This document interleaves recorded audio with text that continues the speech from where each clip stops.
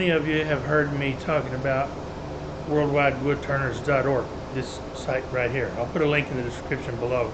You've heard me talking about this. This is a worldwide, like it says, wood turning organization, a club, if you will. It's an online club, and it's free membership. It's free to join. So if you're not a member yet, we meet every Wednesday night beginning just before 6 o'clock Central Time. The meeting officially starts at 6, but sometimes a few of us get on and prattle. But it's a lot of fun. There's every Wednesday night at 7 Central, thereabouts, is an online demonstration. Free again, free to you. And always some good stuff. So come along and join if you want. The whole reason I brought that up is because at the meeting Wednesday night, Eddie Castellan challenged everyone to turn a birdhouse ornament for this coming week's show. So that's what I'm going to be doing. So in the words of Just On Will song, that's exactly what I'm gonna do tonight. I'm gonna turn me a birdhouse ornament. So let's get on over to the lathe and see how I come about. Well, folks, I've been turning and talking and talking and turning. I turned this between centers, cut a tenon over here, put it in the chuck, drilled it out at 3/4 of an inch. I got this cut to an inch right here, and this is roughly the shape I'm going for. I'll come back in here. I'm going to have to turn a separate finial, but that's okay. But I've got some void for the bark got knocked off right here, so I'm going to repair those. I'm not going to fill these at all, or this one. I'm going to leave it natural. I would hollow this out in here, but I don't have any hollowing tools that small. And I'm telling y'all all of this just in case my worst fears are true, and that is that for some reason or another my computer quit recording.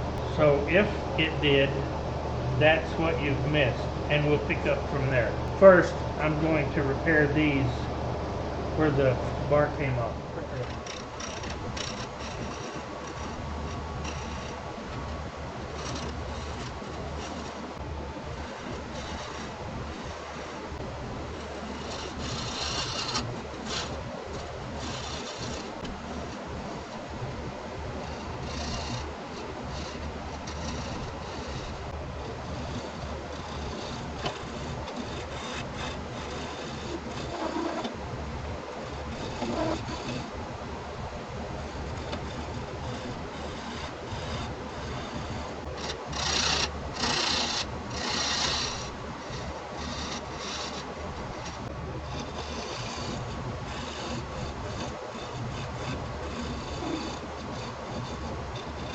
Really? That's going to be a funky looking birdhouse. Yes, it is.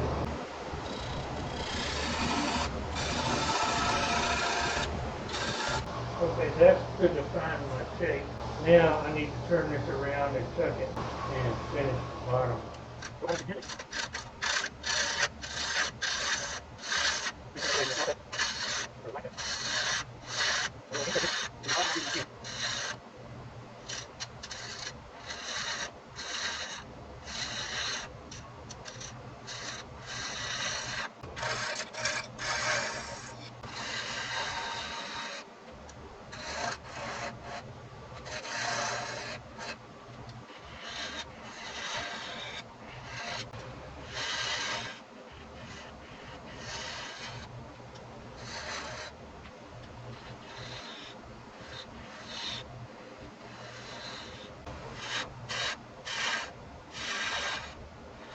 So we'll sand it up. I don't need to start at 80, I don't believe, but I will start at 120.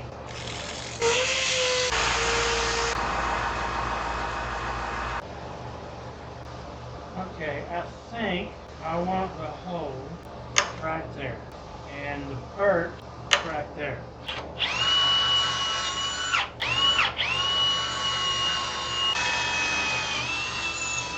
I like it. Probably ought to put some sanding sealer on this. But before I do that, that's plenty deep for the finial. Now it's time for some sanding sealer.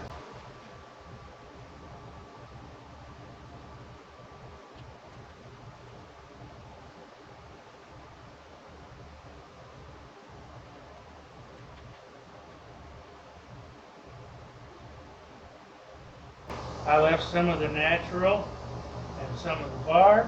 Not a traditional looking birdhouse, but I like where it's going, I think.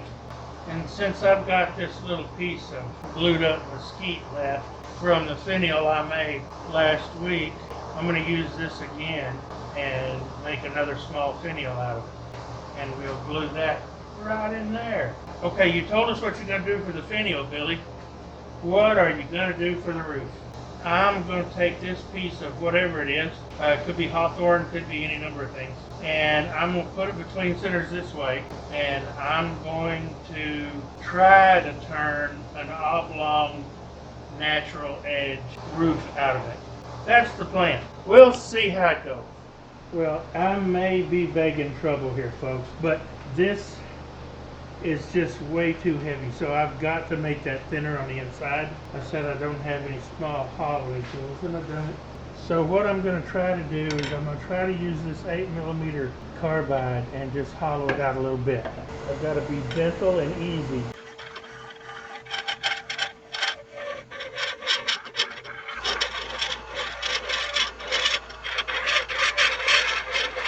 Okay, I'm going to try this Jimmy Clue 6mm and see if it's a little more gentle.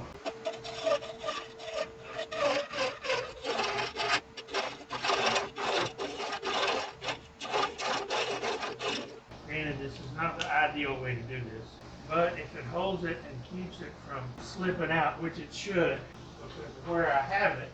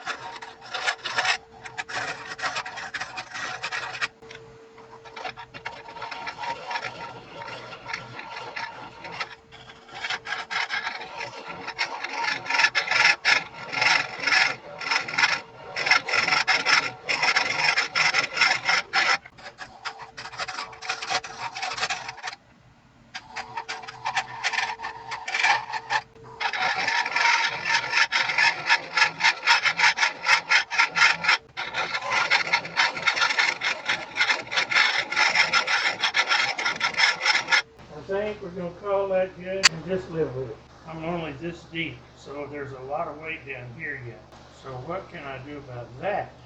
I can reshape it and then resand the bottom, and that would lighten it up. Okay, my bottom is right there. Now this is not part of the jaws you're supposed to grab with. I fully understand that. And if I use too much pressure, I can crush it. So I'm not going to do that. I'm going to start my downward sweep right there.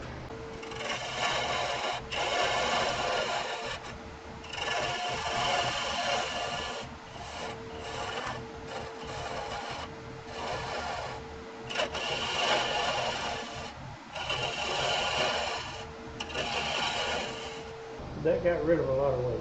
I don't see any tool marks. So those cuts are such I can start sanding at 240.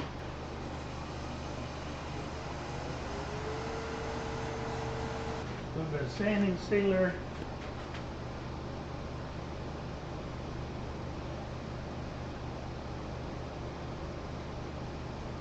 I'm leaving all those voids that are natural voids.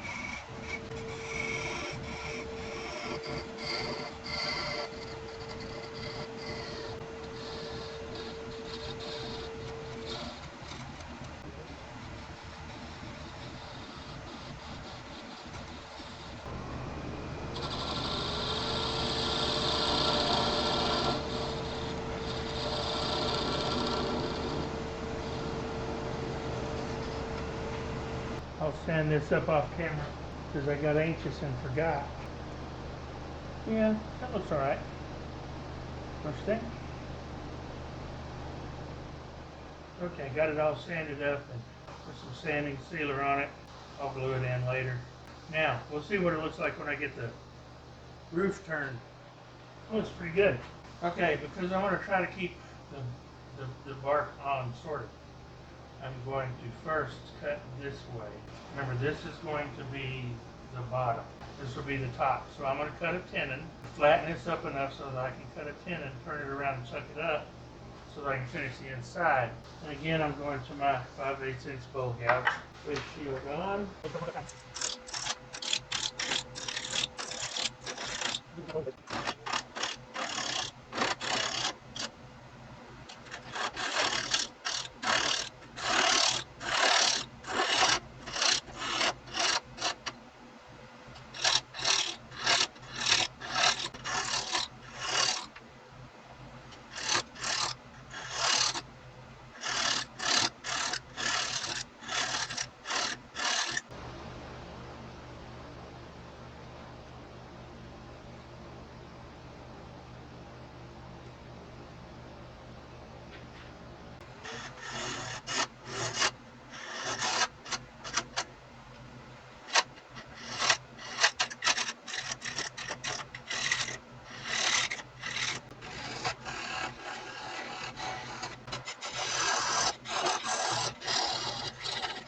I'll finish that one off.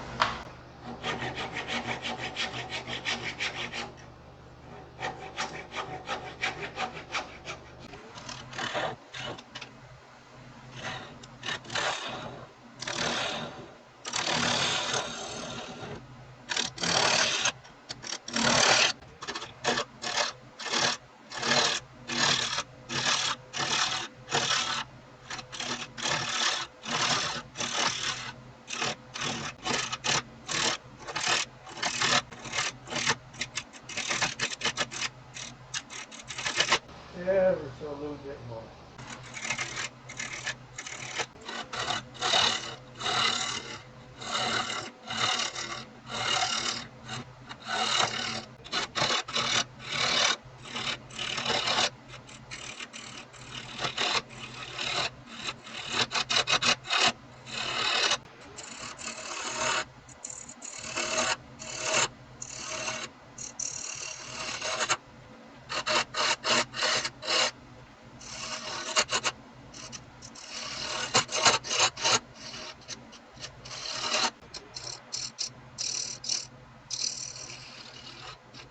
I found a piece that was missing and glued it up. I don't know how I got that lucky.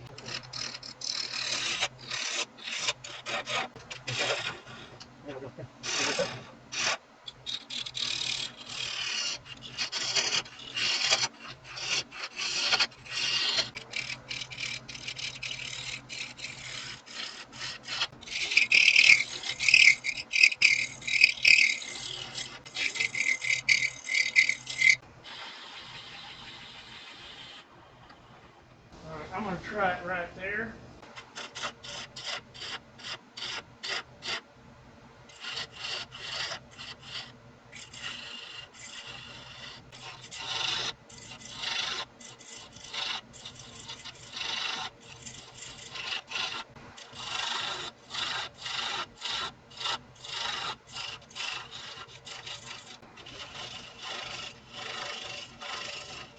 I like it.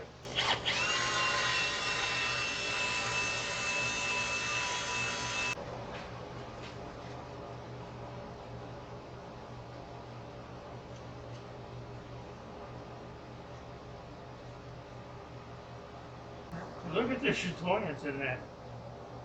That's crazy. Okay, time to turn it around and finish the top. Well, I just thought I was recording. I went ahead and finished the shape of this and got this the way I want it. This is going to take a lot of sanding. I've got some tear out. So I'm going to start with 180 this time. And I'm going to use the same process that you saw me use a minute ago. When I get it sanded up and I'm ready for the sanding sealer, I'll come back. Okay, I've got it sanded up. I'm going to drill my hole for my hanger.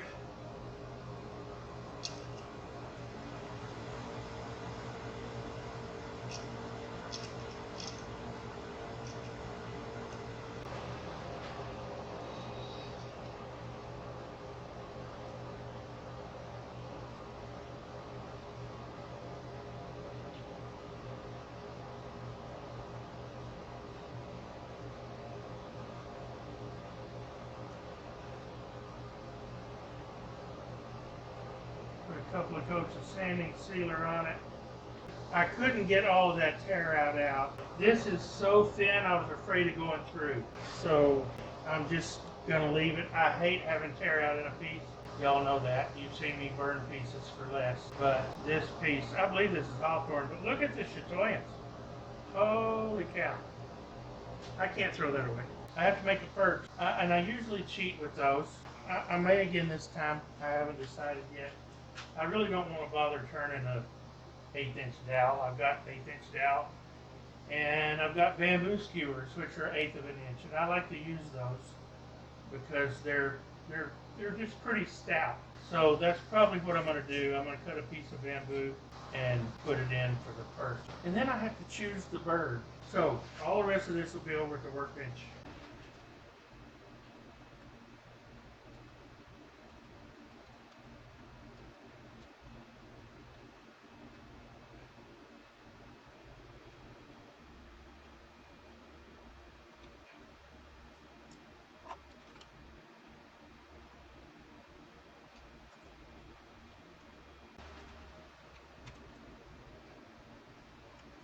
I'll let this sit up for 5 or 10 minutes. Now for the hanger. I've already got the birdie on. Some of you have seen me do this before. Some of you have not. So I have this. It's like an Allen wrench. You can use an Allen wrench. This just happens to be round because it's a Torx. I've got a short piece of nickel chromium wire. I've got 2 rolls of this stuff. I've had them for years. I use them today I use them for my pyrography machine to make my own tips because they're just the right size. But they also make nice little hangers for Christmas ornaments. So you saw me loop it over the end here, and now I just get the trigger and wind it up, and you have a loop for a Christmas ornament, or anything you might need a loop for. Yes, it's not threaded. I've got the little birdie glued on. Now see if I need to trim this, and I do not. Cute little birdhouse ornament, I think.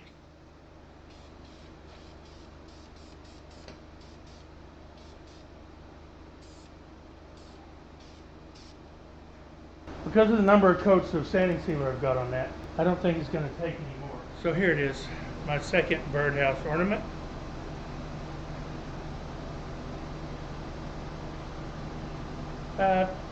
It's not perfect, but you know,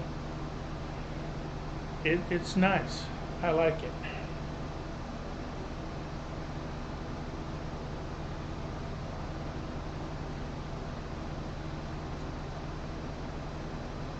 I left many of the natural voids and bark inclusions on purpose just because I like it.